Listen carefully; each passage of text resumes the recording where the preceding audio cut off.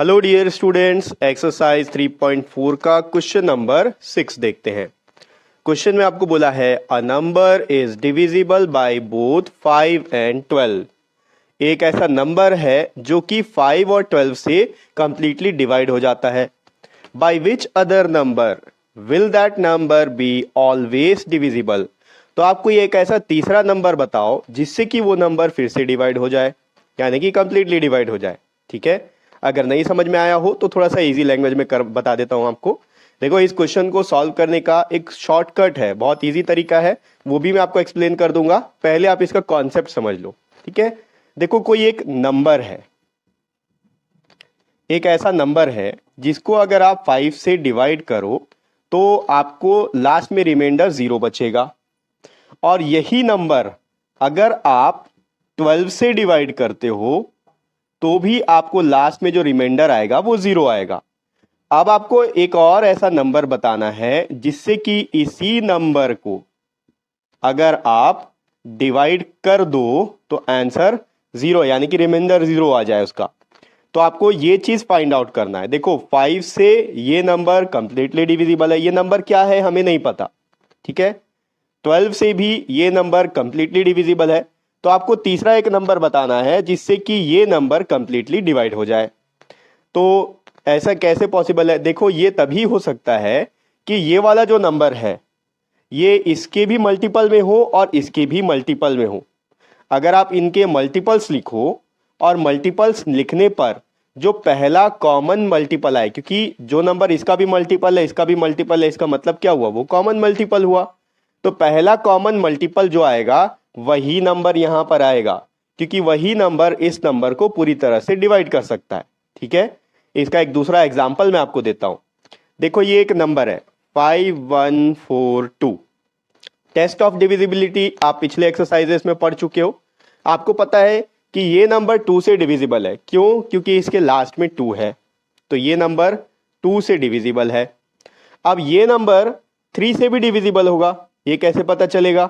आप इन सारे डिजिट्स को ऐड कर लो। तो देखो, 5 + 1 हो गया 6, 6 + 4 हो गया 10, 10 + 2 हो गया 12। तो 12 3 के टेबल में आता है, इसका मतलब ये नंबर 3 से भी डिविजिबल होगा। तो आपको ये पता है टेस्ट ऑफ डिविजिबिलिटी, अगर आप अच्छे से पढ़ चुके हो प्रीवियस एक्सरसाइजेस में। तो अगर कोई नंबर 2 से भी डिविजिबल है और यही नंबर 3 से भी डिविजिबल है तो ये नंबर 6 से भी डिविजिबल होगा। ये आप पढ़ चुके हो। यही चीज यहां पर आपसे पूछा है। एक नंबर है जो 5 से डिविजिबल है, वही नंबर 12 से भी डिविजिबल है, तो आप बताओ कि यही नंबर और किससे डिविजिबल होगा। ठीक है, तो ये फाइंड आउट करने का 2 तरीका है, शॉर्टकट भी बता दूंगा मैं आपको। पहले इसका जो कॉन्सेप्ट है वो देखो, वो कौन सा नंबर होगा? ये दोनों का कॉमन मल्टीपल नंबर होगा। यहां जो भी नंबर आएगा इन दोनों का कॉमन मल्टीपल होगा। तो यहां पर मल्टीपल्स लिखते हैं पहले। देखो, मल्टीपल्स ऑफ 5।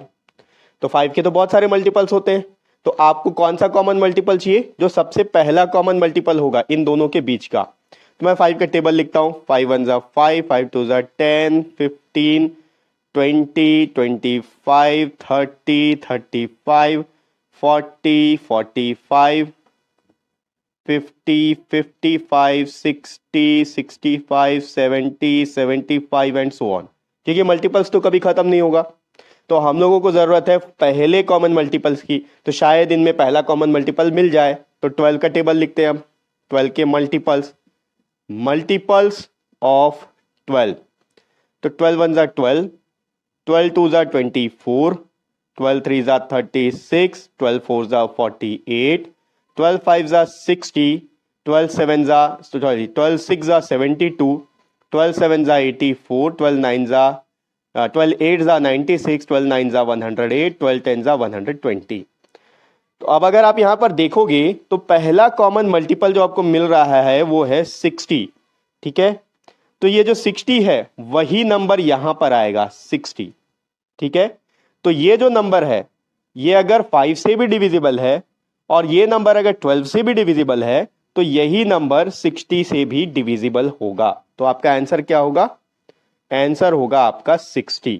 ठीक, तो ये तो आपका कॉन्सेप्ट था कि आप कैसे फाइंड आउट कर सकते हो कि यहां कौन सा नंबर आएगा।